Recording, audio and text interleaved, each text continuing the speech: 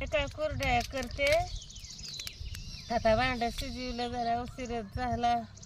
आता कुरड्या करते.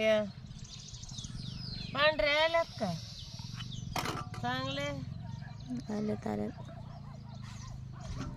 हे काय कुरड्या करते.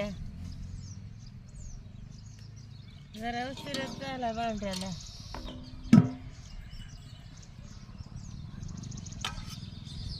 आबाळ येते म्हणून तिने हाय गईत चालली.